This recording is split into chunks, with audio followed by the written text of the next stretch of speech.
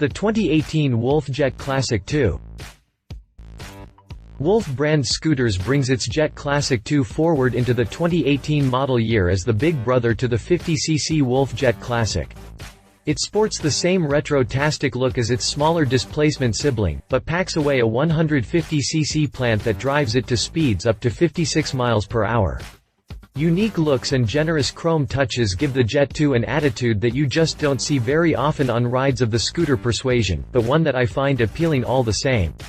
Let's take a look at this little import and see how it stacks up against the competition. See my review of the Wolf Jet Classic 2. Design. All the chrome leaves this ride with an American cruiser vibe, and it's a refreshing alternative to the ubiquitous Italian and Asian styles.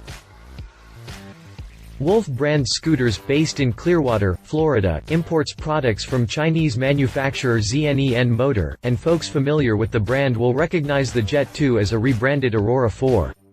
No matter what you call it, this is one charming little ride.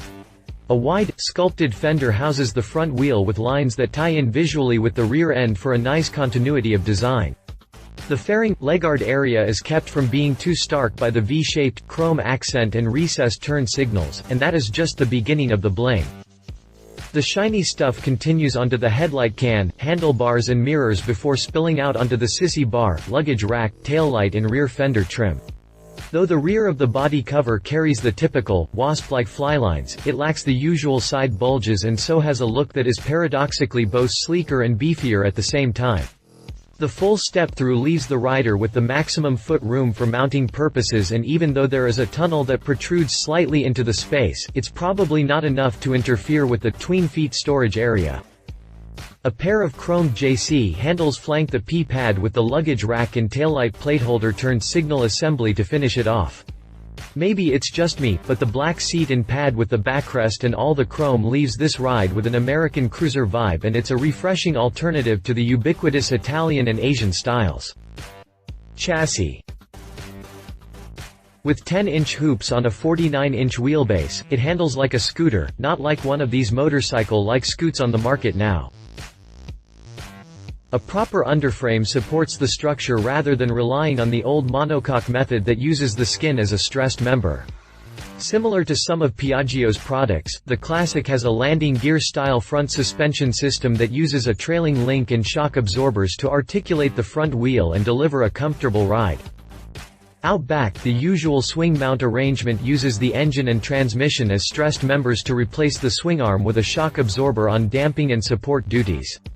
True to classic scooter design, the Jet 2 rolls on a set of 10-inch donuts, and while the front end benefits from a modern hydraulic disc, the drum brake out back is a true relic that somehow just will not die or retire to the history books. No ABS, combined brakes or other fandanglery, just honest anchors. The factory is tight-lipped on the steering geometry, but the bottom line is, with 10-inch hoops on a 49-inch wheelbase, it handles like a scooter, not like one of these motorcycle-like scoots on the market now. Seat height puts the rider's fifth point of contact at 29.7 inches off the ground, so it should be easily handled by all but the very shortest riders. Tippy-toeing a scooter isn't nearly as problematic as tippy-toeing a full-size motorcycle, so I'm fairly carefree on the Jet 2. Drivetrain. You can look forward to something upwards of 75 mpg, so the 1.3-gallon fuel tank will last longer than you will want to ride at a spell anyway. An air-cooled plant drives the Jet Classic 2 with 9.3 horsepower and 7 pound-feet of torque on tap. Actual displacement measures out at 149.6 cc, and riders can expect something around 56 miles per hour depending on grade, tailwinds and how much they had for lunch. That's fast enough for highway work, but just barely and not really for any distance. Interstate riding is completely out of a question, but if you're looking for simple transportation for leisure activities or a campus commuter, it's plenty fast enough and more. Also, you can look forward to something upwards of 75 mpg, depending on riding style, and again, lunch size, so the 1.3-gallon fuel tank will last longer than you will want to ride at a spell anyway. Pricing. MSRP puts this squarely in the budget category with basic white or black as color choices. Looks like you can score a Jet Classic 2 in black or white with black bench seat and backrest pad for $1,599. Individual results may vary due to destination charges and setup fees. Competitors. These two fall into the mid-grade range as compared to the European and Japanese standards. Not a criticism, just saying. Lance Power Sports imports a similar model in the Cali Classic 125. This model comes from Sim, and will have a similar fit and finish quality, which is somewhere in mid-grade territory as compared to the European and Japanese standards. Not trying to be mean, just trying to be fair, and at this pricing point you get what you pay for. The Cali sports a similar look with an abundance of chrome on the exposed handlebar, instruments and headlight can. Out back, a chrome JC handle serves as the Cali's only passenger retention device, so it falls well short of the Jet Sissy bar in that department. The rest of the Cali is clean with a few chrome accents and a classic wasp tail rear end. It also sports a full step-through with a flat deck all the way across and no tunnel to break it up. Lance runs with motorcycle style, telescopic stems instead of going the aircraft landing gear route as on the front of the Jet. The Cali sports a disc drum, just like the Jet, so no advantage to be had here. It surrenders some cubes as well, with only 124.6 cc tucked away in its air-cooled thumper, but it still manages 8.38 horsepower and 6.14 pound-feet of torque versus 9.37 from the Jet, and it claims a top speed of 59 miles per hour. Definite advantage to the Cali in the engine department. You will pay for that edge at the till. Lance asks $1,999 for a 2018 Cali Classic 125, and the $4 difference may be a deal-breaker for someone on a dead-tight budget.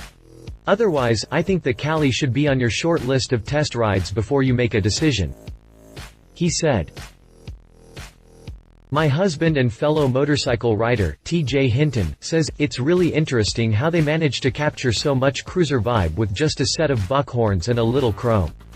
Ditch the handlebar fairing and let everything hang out. You can pencil me in as a fan of the look, for sure. Engine and top speed is too small and slow for my liking, but I can see it as being good, economical transportation around a college town or on campus. She said. Is it going to be on the same level as a Vespa? Of course not. You won't see that level of fit and finish at this price. So what do you get? It's a very economical scooter. It gives the idea of that cruiser look, whereas most other scooters look either very vintage, retro or sportbike-like with angular lines and a fierce entry. The Jet Classic 2 might be a fit for folks on a budget looking for around-town transportation. Brakes are a little less responsive than I'd like, but then it isn't meant to go very fast, so keep it off the highway and at or under the speed limit and it should be fine. Specifications. References. See our review of the Lance Cali Classic. If you liked this video, please share your thoughts in the comments below and don't forget to hit the subscribe button.